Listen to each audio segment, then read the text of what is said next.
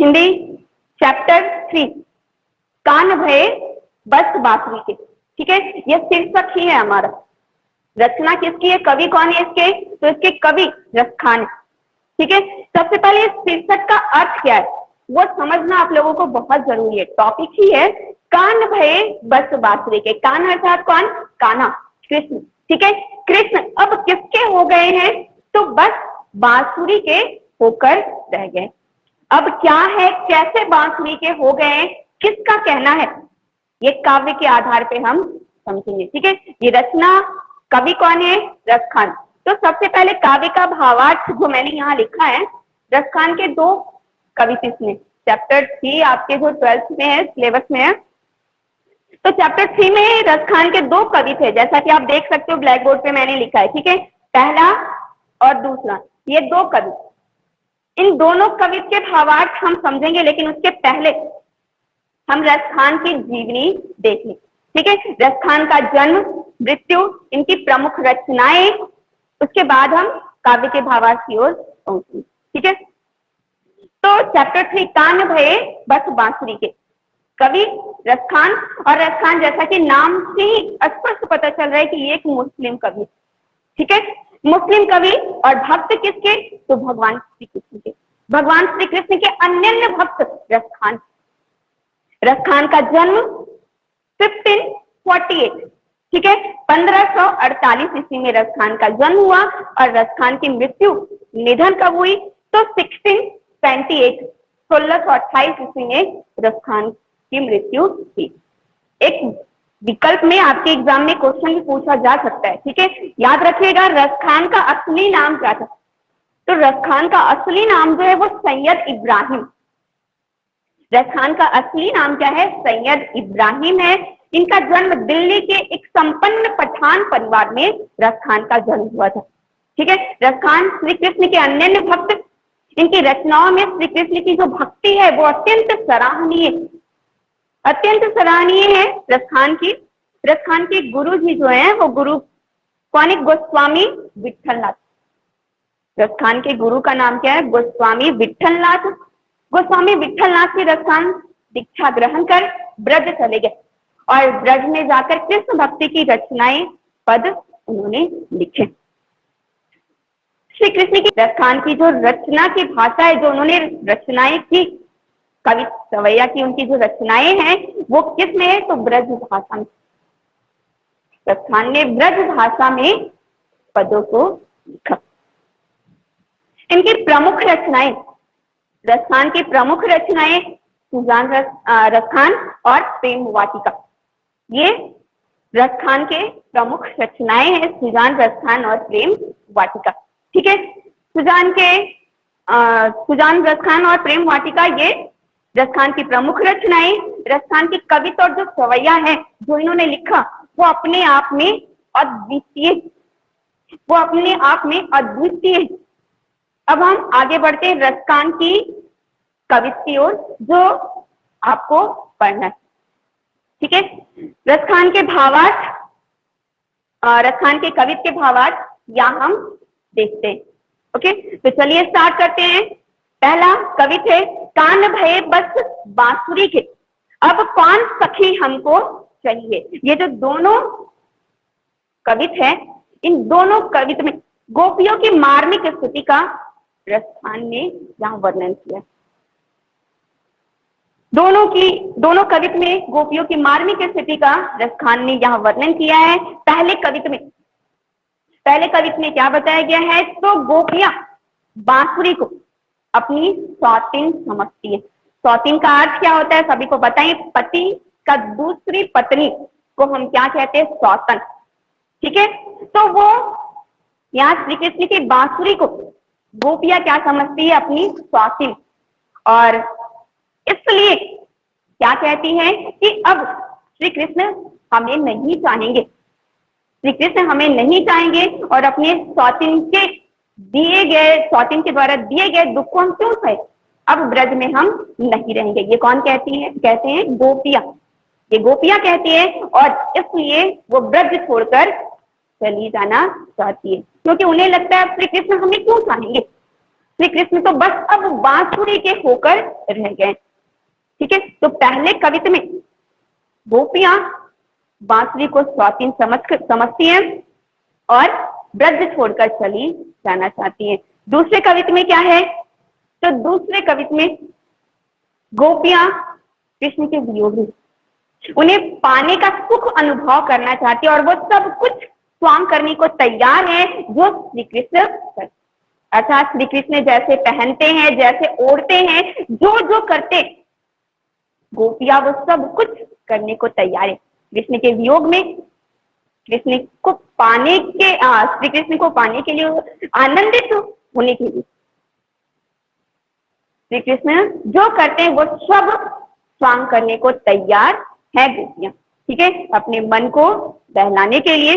तो ये दूसरे कविता में क्या क्या स्वांग रखती हैं, ये दूसरे कविता में पढ़ेंगे। अभी हम देखते हैं पहले कविता का भावार्थ।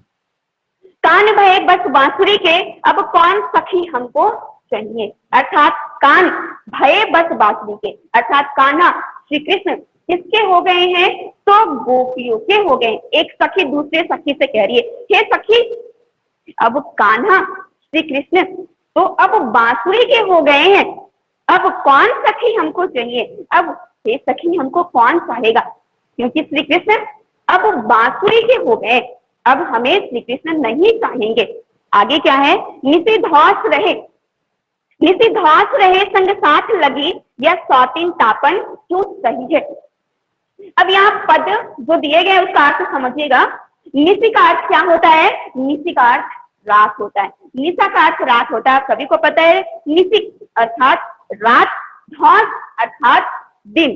ठीक है, संग साथ यानी साथ रहना, या सौतीन तापन, सौतीन अर्थात सौत पति की दूसरी पत्नी को सौत बोलते हैं, तापन अर्थात उसके द्वारा दिए जाने वाले दुख, सौतीन के द्वारा दिए जाने वाले दुख को क्यों सहे। गोपियां क्या कह रही हैं कि अब कान्हा बांसुरी के हो गए, अब हमें कान्हा क्यों चाहेंगे, अब तो बांसुरी रात दिन श्री कृष्ण के साथ रहने लगी है, अब तो निशिधौस यानी रात दिन बांसुरी उनके साथ रहने लगी है, अब इस सौतीन तापन के दुख को हम क्यों सहे, अर्थात बांसुरी के द्वारा दिए जाने वाले दुख को हम क्यों सहे। इसलिए सौतीन के वो ताप को सहना नहीं चाहती, उनके दुख को सहना वो नहीं चाहती। आगे क्या है, जिन मोही लियो मनमोहन को, मनमोहन किसे कहते हैं, श्री कृष्ण को, मन को मोहित करने वाले।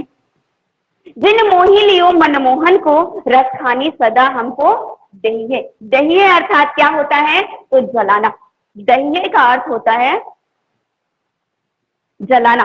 ठीक है, कहते जिन मोही लियो मनमोहन को, गोपियां आगे क्या कह रही है, जिसने, जिस बांसुरी ने हमारे मनमोहन को, श्री कृष्ण को मोहित कर लिया, मोहित करना अर्थात अपने वश में कर लेना, जिसने, गोपियां कह रही कि जिस बांसुरी ने हमारे मनमोहन को अर्थात श्री कृष्ण को अपने वश में कर लिया है, रस खाने सदा हमको दइए, अर्थात इस तरह यह सौतीन तापन हमें जलाएगी, हमें दुख होगा।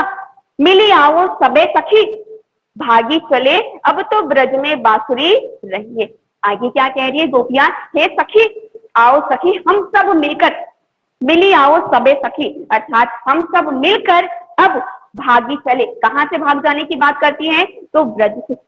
आओ सखी हम सब मिलकर अब ब्रज से भाग चलते हैं, अब तो ब्रज में बांसुरी रहिए, अर्थात अब ब्रज में कौन रहेगा, केवल बांसुरी ही रहेगी, हमारा स्थान। कौन कह रही है, गोपियां कह रही है, गोपियां ये कह रही है कि ब्रज में अब हमारा स्थान इस बांसुरी ने ले लिया है, इसलिए हम सब मिलकर अब ब्रज छोड़कर चलते हैं। तो पहले पद में कृष्ण की सौतीन समझती है किसे, गोपियां बांसुरी, अपनी सौतीन समझती है बांसुरी को और कहती हैं कि अब हम ब्रज में क्यों रहे। सेकंड पद बढ़ते हम आगे, सेकंड पद की ओर। मोर पखा सिर ऊपर राखियो, गुंज की माल गरे पहिरोंगी। दूसरे पद में स्वांग की बात की गई है, गोपियां हर वक्त स्वांग करने को तैयार हैं। कृष्ण के वियोग में कृष्ण का स्वांग रचकर कृष्ण को पाने का सुख अनुभव करना चाहती हैं गोपियां, और कहती है हम वो सब स्वांग करने को तैयार है। पर स्वांग में एक चीज, स्वांग अर्थात नाटक, ठीक है। कृष्ण जो कुछ भी धारण करते, जो कुछ भी करते, वो सब कुछ करने को गोपियां तैयार है, पर कृष्ण के बांसुरी को वो धारण करना नहीं चाहती। क्योंकि पहले पद में ही हमने देखा कि बांसुरी को क्या समझती है, अपनी सौतन समझती। बांसुरी को गोपियां अपनी सौतन समझती हैं, इसलिए दूसरे पद में क्या कह रही है कि सब कुछ स्वांग करेंगे, लेकिन जिस मुरली को कृष्ण अपने होठों पे धारण करते ना, उस मुरली को हम अपने होठों पे रखेंगी नहीं। ठीक है, चलिए देखते हैं क्या क्या स्वांग करेंगी वो। मोर पखा सिर ऊपर राखियो, ठीक है। गोपियां पहला स्वांग क्या बता रही है, कहती है कि जिस तरह श्री कृष्ण मोर पंख का मुकुट सर पे धारण करते हैं, पहनते हैं, ठीक वैसे ही हम भी श्री कृष्ण की तरह अपने सर पे मोर पंख का मुकुट धारण करेंगे। गुंज की माला गरे पहिरोंगी, गुंज अर्थात गुंजा, घुघची के लाल लाल दानों की मोती होती है, ठीक है। तो कहती है गोपियां कि जैसे श्री कृष्ण गले में गुंज की माला धारण करती है ना, करते हैं, ठीक वैसे ही गोपियां भी अपने गले में घुघची के लाल लाल दानों की माला पहनेंगी। ओडी पीतांबर ले लकुटी, पीतांबर मैंने समास पढ़ा था, उसी समय आपको बताया था, पीतांबर अर्थात बहुव्रीहि समास, और विग्रह करेंगे तो क्या हो जाएगा, पीला अंबर। श्री कृष्ण पीला अंबर वस्त्र पहनते हैं, तो कहती है उनकी तरह गोपियां क्या कह रही है, हम श्री कृष्ण की तरह पीला वस्त्र पहनेंगे। ले लकुटी, लकुटी अर्थात क्या, लकड़ी, हाथों में लकड़ी लेकर वन गोधन गवारन संग फिरोंगी। वन अर्थात वन, जंगल, ठीक है। गोधन अर्थात क्या, तो गाय रूपी। तो यहाँ पर गोधन अर्थात गायों का समूह, गवारन ग्वाल बालों के साथ, ग्वारन संग अर्थात ग्वाल बालों के साथ, फिरोंगी अर्थात घूमना। तो अगला स्वांग क्या करेंगी, तो ओढ़ी पीतांबर ले लकुटी, श्री कृष्ण के सम्मान गोपियां पीला वस्त्र धारण करेंगी, हाथों में लकड़ी लेकर, किसके साथ, ग्वाल बालों के साथ, कहा जाएंगी, वन अर्थात वन, वन में जाकर गायों को चराने का अभिनय भी करेंगे। जैसे श्री कृष्ण अपने बालों के साथ, सखा के साथ, अपने मित्रों के साथ जैसे गायों को वन में जाकर चराते थे, वैसे गोपियां भी करने को तैयार है। अर्थात सर पे मोर पंख का मुकुट, गले में घुघची के लाल लाल दानों की लाल लाल दानों की मोतियों की माला, और पीला वस्त्र धारण करेंगी, हाथों में लकड़ी लेकर वन में ग्वालों के साथ जाकर गायों को चराने का अभिनय भी करेंगी। भाव तो वही मेरो रस खानी, तो तेरे कहे सब स्वांग करूंगी। भाव तो यानी जो पसंद है, अच्छा लगता, भाना अर्थात अच्छा लगना, पसंद आना, तो कहते भाव तो वही मेरो रस खानी। गोपी आगे क्या कह रही है कि हमारे रसखान को, रसखान की जो कवित है, गोपियां कहती हैं कि अपने स्वयं के कहने से, किसी और के कहने से नहीं, ठीक है। गोपियां क्या कह रही है कि श्री कृष्ण को, कान्हा को जो कुछ भी भाता है, भाव तो वही यानी कृष्ण को जो कुछ भी भाता है वह सब स्वांग करेंगी। अर्थात गोपियां जो जो श्री कृष्ण को अच्छा लगता है वो सब स्वांग करने को तैयार है। या मुरली मुरलीधर की, पर मुरलीधर की मुरली अर्थात बांसुरी, अधरान धरी अधरा ना धरोंगी, ठीक है। पहले शब्द के अर्थ में बता देती हूँ, उसके बाद क्या है इस पूरी पंक्ति का अर्थ मैं बताती हूँ, ठीक है। या मुरली, मुरली अर्थात बांसुरी, मुरलीधर किसे कहते, कृष्ण को ही कहते ना, तो मुरलीधर अर्थात कृष्ण।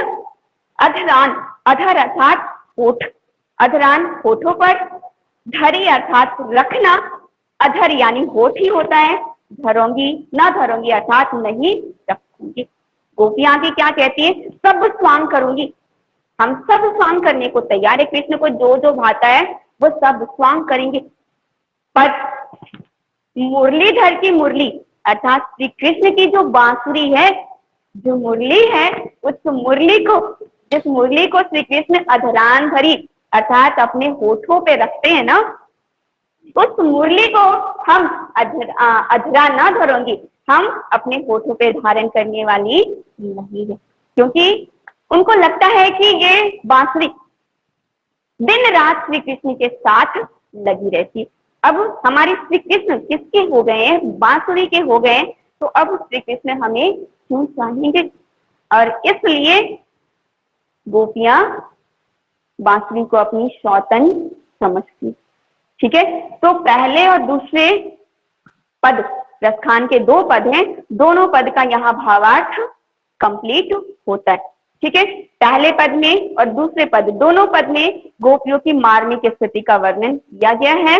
पहले पद में गोपियां बांसुरी को सौतीन समझती है और इसलिए वो ब्रज में अब रहना नहीं चाहती, ब्रज छोड़कर भाग जाना चाहती है। उन्हें ऐसा लगता है कि बांसुरी ने हमारे कान्हा को, श्री कृष्ण को अपने वश में कर लिया है, अब कृष्ण हमें नहीं चाहेंगे, इसलिए आओ सखी अब हम सब मिलकर इस ब्रज को छोड़कर चले जाते। ठीक है, दूसरे पद में कृष्ण के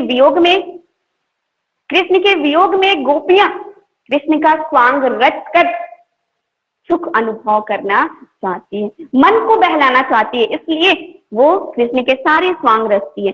ठीक है, सर पे मोर पंख का मुकुट, गले में घुघुसी के लाल लाल दानों की माला, पीला वस्त्र, हाथों में लकटू लेकर ग्वाल बालों के साथ वन में जाकर गायों को चराने का अभिनय भी करने को तैयार है। आगे ये भी कहती कि जो कुछ भी कृष्ण को अच्छा लगता है वो सब कुछ हम गोपियां करने को तैयार है, पर मुरलीधर की मुरली को अर्थात श्री कृष्ण की बांसुरी को हम धारण नहीं करेंगे। ओके, तो यहाँ हमने दोनों पद का भावार्थ